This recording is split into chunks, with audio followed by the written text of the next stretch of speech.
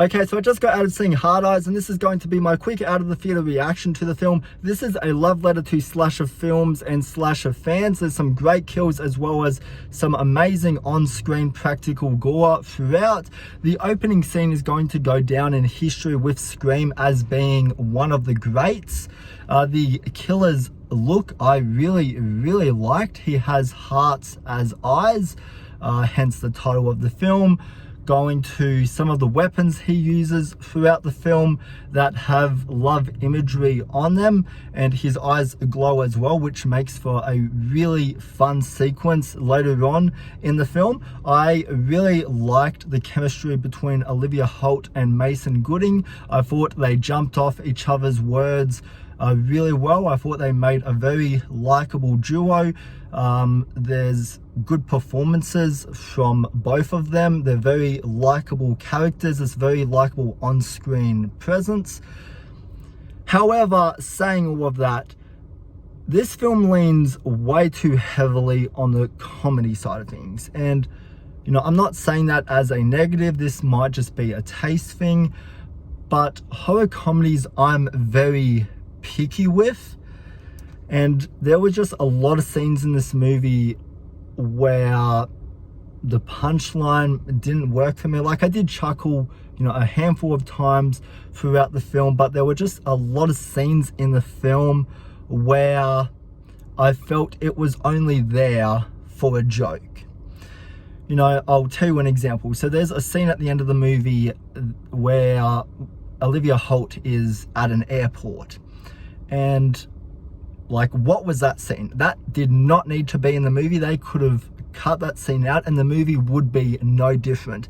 And then there's other scenes that frustrate me even more as a slasher fan, where the killer is chasing Mason Gooding and Olivia Holt, and as the killer's chasing them and there's a moment to breathe, they start playing romance music, and there's no like heightened emotion from any of their characters throughout the film. I'm not sure if that was, you know, a performance thing or if that was the director's fault.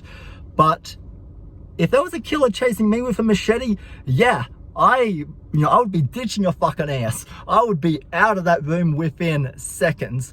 So, you know, the emotion in the film, you know, could have been better here. And another thing that didn't work for me was the music choices. Like, I can see where they were getting at with the music. So there's scenes where they're kind of jumping back and forth between intense and non-intense.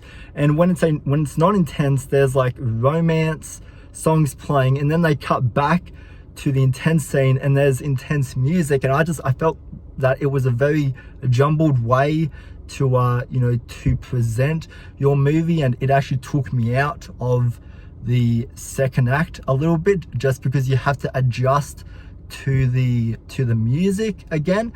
And you know, the editing in the film is good. You know, the production value, you know, on display here is really good. You know, the cinematography is really good. You know, the lighting is really good. So really all the behind the scenes aspects of the making of this movie, you know, is really good. It's a very good looking movie.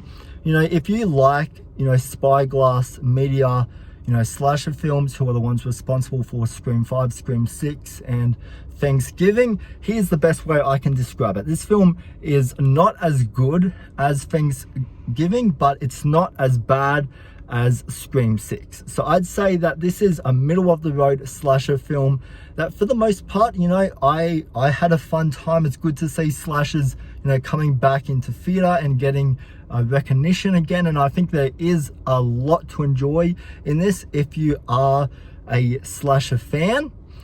But yeah, this film was just kind of, yeah, a middle of the road chapter for me. You know, there's good things and there's bad things. Would I watch this movie again? Yes. Would I recommend it to all of you? Yes. I think this is a perfectly enjoyable movie for everyone. You know, if you aren't, I guess, familiar with the horror genre, you know, I would say that, you know, that this is a good gateway horror film, because I wouldn't say that the film is scary, but then if you are looking for that more intense side of horror.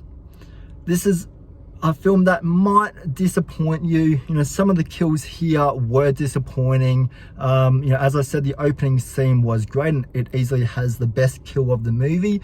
But then really outside of that, the kills are just kind of hack and slash. Like, we've seen all of them done before in other slasher films, which I thought that would be more creative with the kills here. You know, there's some cool, I guess, you know, set design with what the killer does do at his crime scenes. Yeah, and the reveal at the end, yeah, didn't really impress me too much, actually. So, I don't know.